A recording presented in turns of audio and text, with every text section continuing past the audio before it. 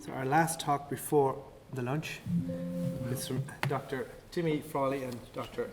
Blánaid Gavin. So Timmy is an associate professor in mental health nursing here in UCD School of Nursing, Midwifery and Health Systems.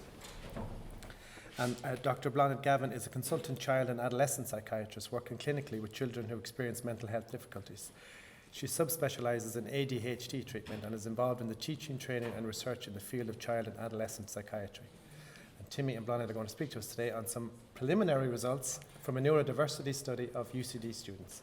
Good afternoon, everyone, and nice to be here, and thanks for the invitation. So myself and Timmy are delighted to have the chance to just I suppose present a little about the work we're doing in neurodiversity.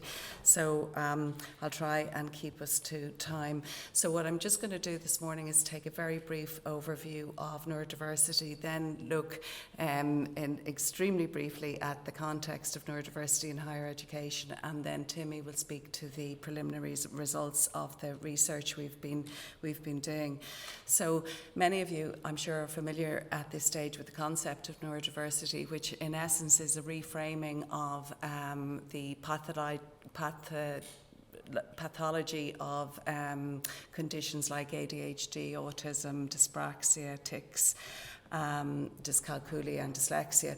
And the idea is that these conditions are reframed in a positive manner that moves away from locating deficits in individuals and looks more at the societal elements that reinforce disablement.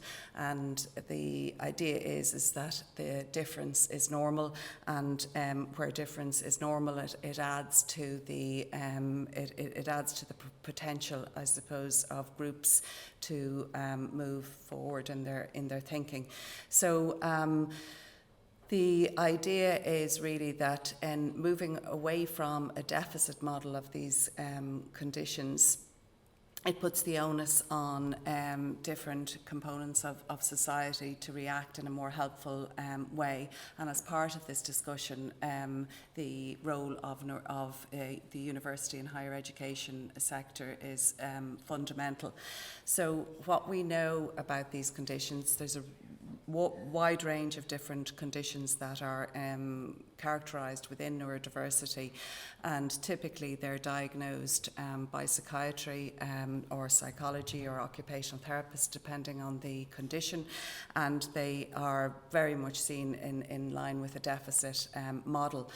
Just for you to understand these conditions, the experience of these conditions is that generally speaking they don't occur on their own. So when somebody has a condition like ADHD or autism or tics or whatever, it's extremely rare that that's the only condition. So it is like a Venn diagram where you see one index condition, you look for more.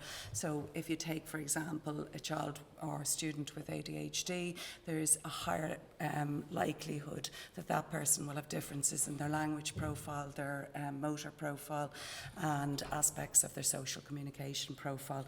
So in my work, when I see children, you're assessing across all of those domains. What that can mean in functional terms is that the person can interact and present and have challenges across a wide range of different areas. One of the big criticisms in regard to these different conditions or myths that's out there is this erroneous impression that they're some sort of fad or that they're a recent issue.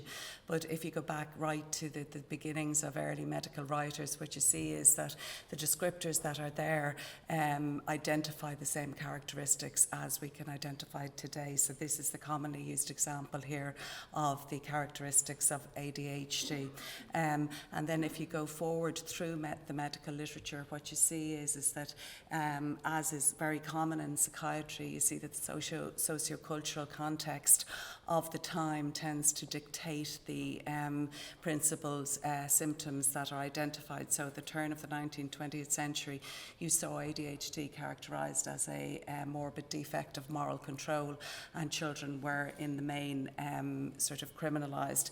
You move forward then to the 50s and you have the so-called refrigerator mother who induced the autism in the child, and that was the presumed direction of pathology.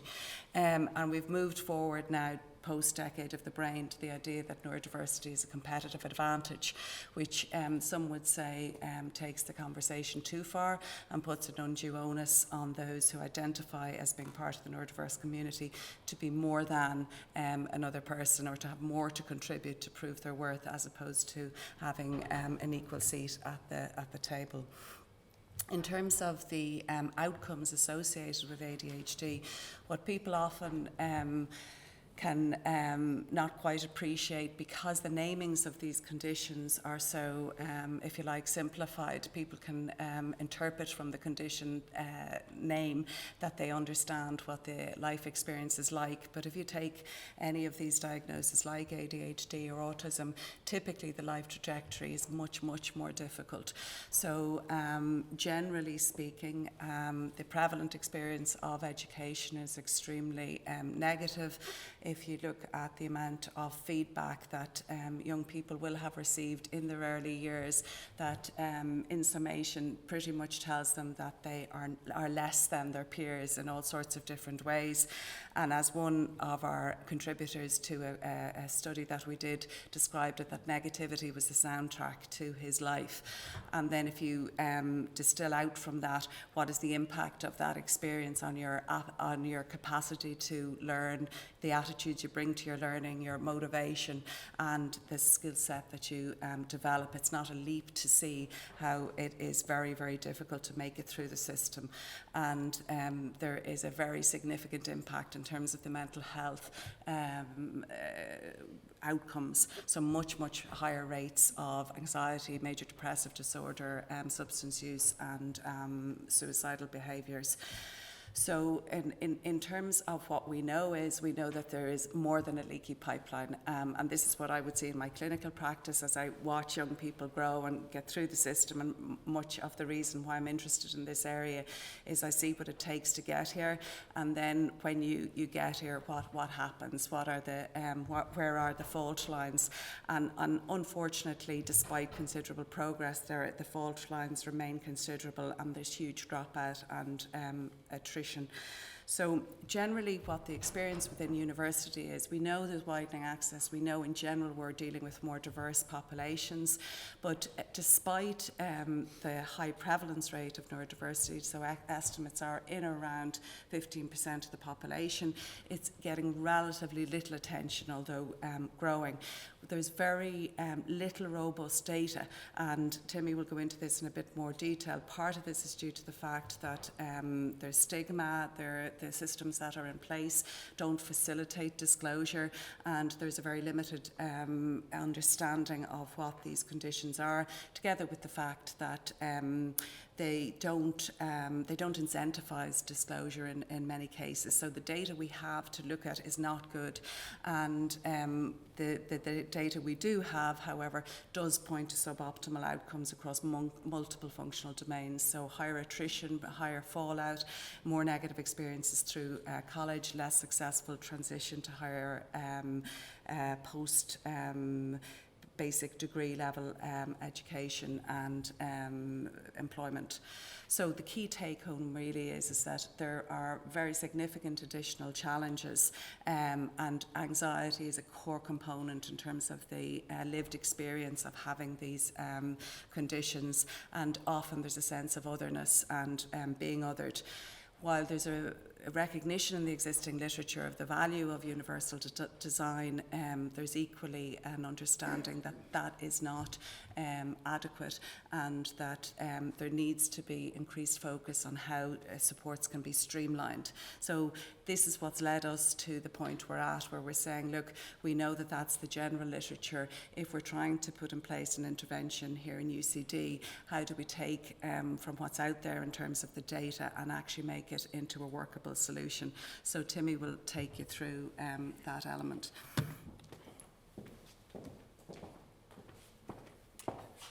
So thank you, Blánaid, and good afternoon, everybody.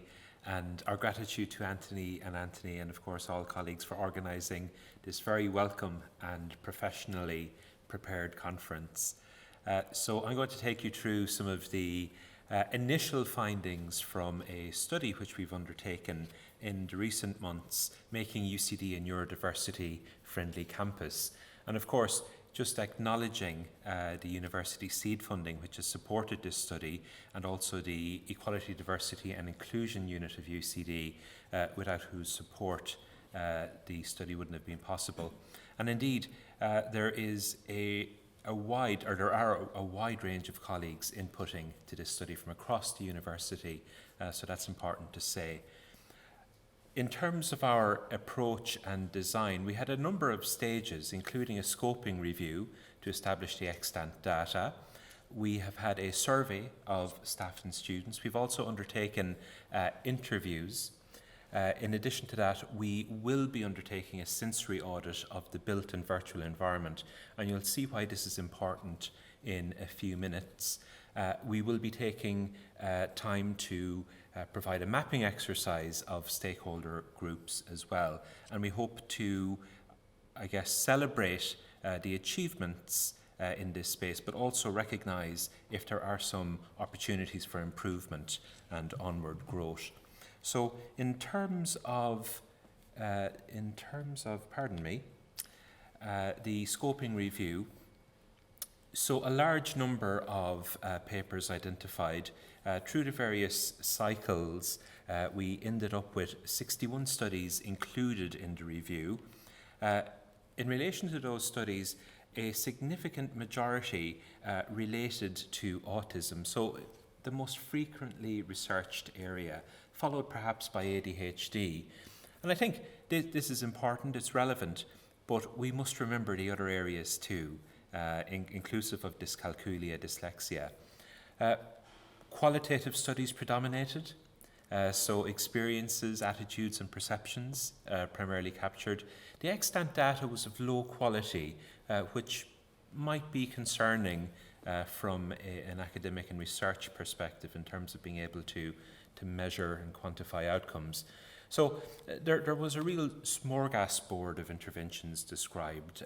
Huge variability in terms of the intervention hours, for example, the types of personnel who are delivering these interventions on an international basis. So comparisons were quite difficult to try to draw out. We did find that the role of mentoring and coaching programs was emphasized. These seem to be preferred. These seem to be, in terms of having an evidential basis for their deployment in this area, they do seem to have effect. And in particular, we might point out that targeted supports, particularly around exam time, seems to be important in the sense that attrition, of course, can be more pronounced at exam time. Those key bridges in terms of the university cycle, if students fall out at that point, the opportunity for progression and continuation is diminished. So targeted supports around mentoring and coaching, particularly around exam time, may be important. But also, of course, in those initial stages of habituating to the university environment and getting used to interacting with peers and colleagues. So in fact, a requirement for student-centred approaches with flexibility as to pacing and the intensity of social engagement. For me, the idea of social engagement, I'd love to be out there in a crowded space, maybe having some food. It's a Friday, I might even have a drink, who knows. But for other people, that's not the case. Other people may rather and prefer a different intensity of social engagement. And this certainly came true in relation to the scoping review in neurodiversity. The need to have social engagement opportunities which are paced at individual level preference and desire for the type of intensity and pacing. Of course, universal design is very helpful and important. A question may arise as to whether the bespoke interventions, the scalability of bespoke interventions, and whether these can be scaled up across an entire university population. But universal design certainly came across as a key enabler in terms of neurodiversity. Study modes and curricula as well were important, and in the qualitative component, we'll talk a little bit about the importance of study mode. Just in terms of the survey, we had 747 complete responses. We had approximately 1,300 responses overall, but in terms of complete responses, 747. A majority being students, and of our sample, of our population, our sample I should say, a large number of people, perhaps more than we might have expected, identified with the term neurodiversity in terms of either being diagnosed or awaiting diagnosis or actually being self-diagnosed. So that was an interesting finding. Good news, there was a very positive appraisal of the existing university resources. We mentioned just 2 here, but others were highlighted. Of concern, perhaps, is the issue around disclosure. Now, we don't want to make too strong a pronouncement in this regard, because we do want to consider these a little more in terms of national and international rates. But disclosure certainly is something that's coming up a lot for people, whether it is beneficial to disclose or whether it creates impediments. And as somebody who has a qualification in career guidance counselling, certainly I found this one quite startling, that 93% of students and 78% of staff identified that having a neurodifference or being neurodistinct had a negative impact on career progression. So of course, we want everyone to feel that there is the opportunity for career progression. So I think it's of concern if people have this view and perception around disclosure and potential for career progression. So,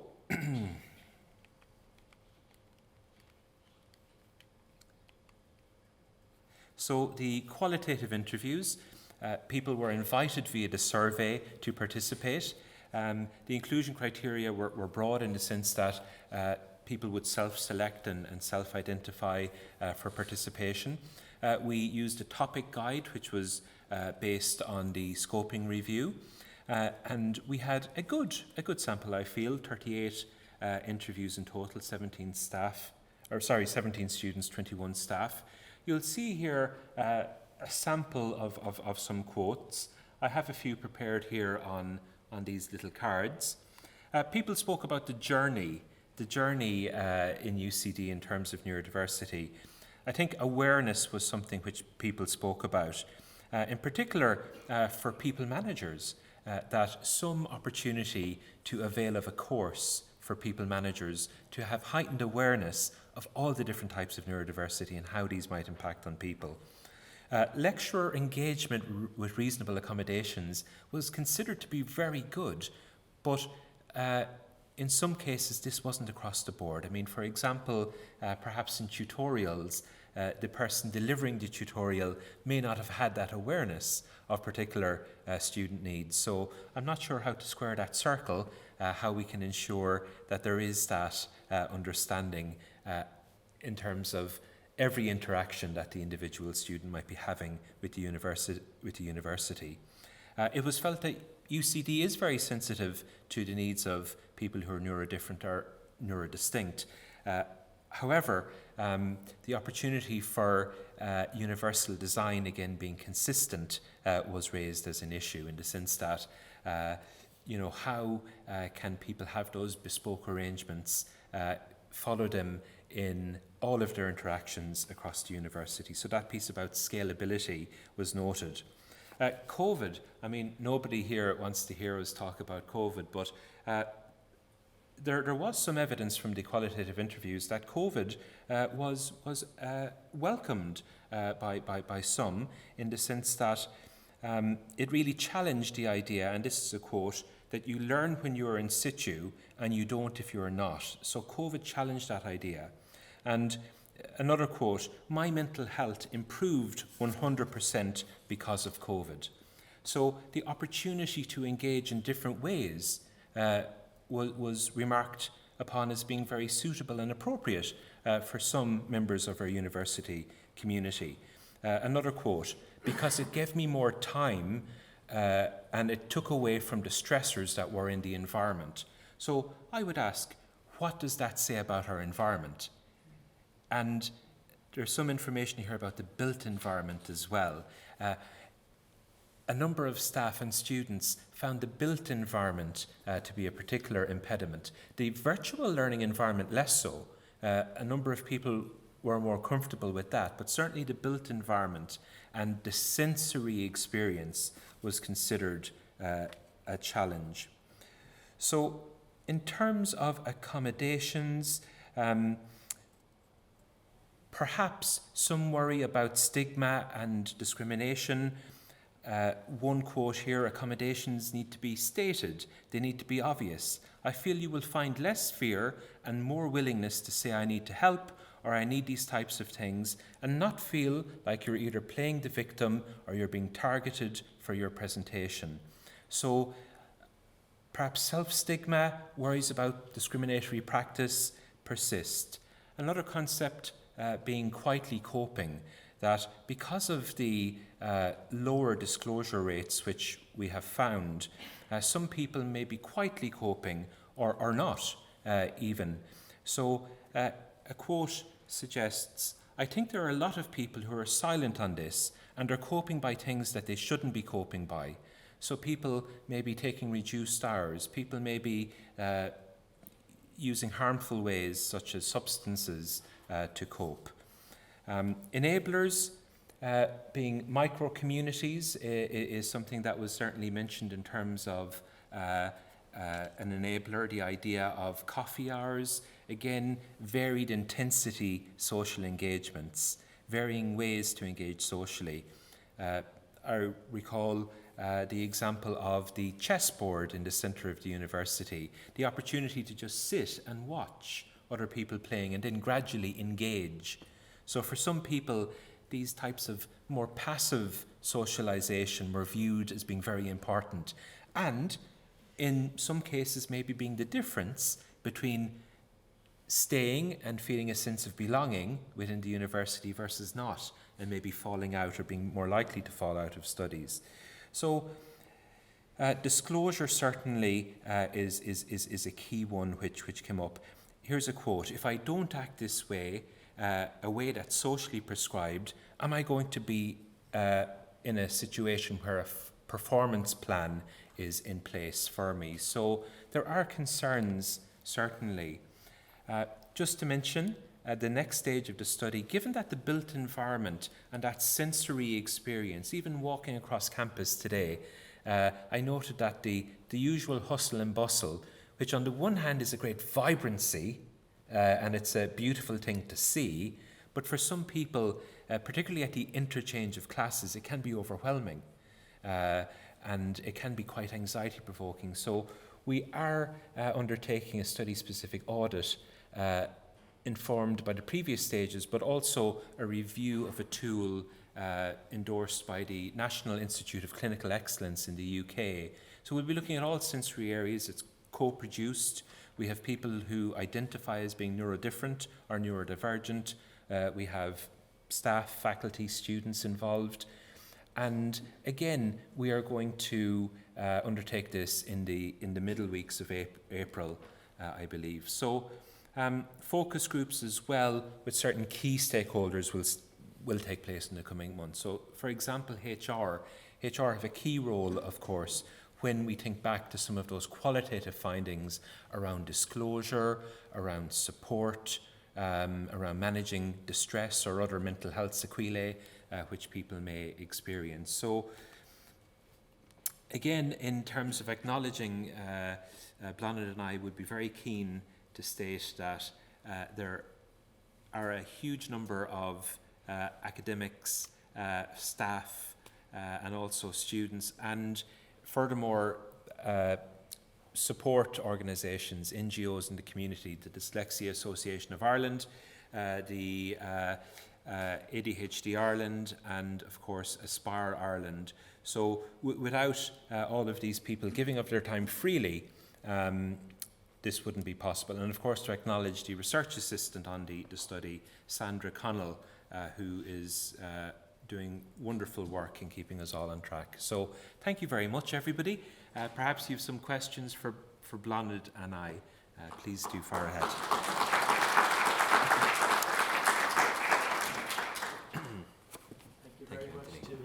Blánaid, for an amazing talk. That was really brilliant. I'm really glad that you were willing to share the work in progress that is ongoing at the moment. It's really fantastic work that you're doing.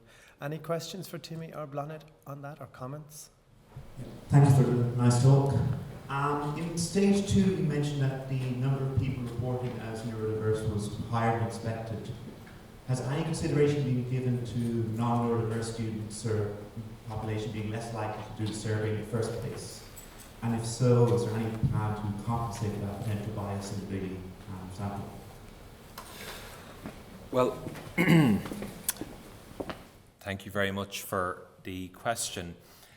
Yes, I feel, I mean, it is certainly a challenge with the survey. In fact, undertaking the survey was a very interesting experience because, first of all, when we undertake a university-wide survey, and I'm sure all of us get different invitations and we see emails, we see QR codes, but in terms of distributing the survey, there are many different routes by which the survey can be distributed, and in terms of sending a blanket email to all, I think is a challenge.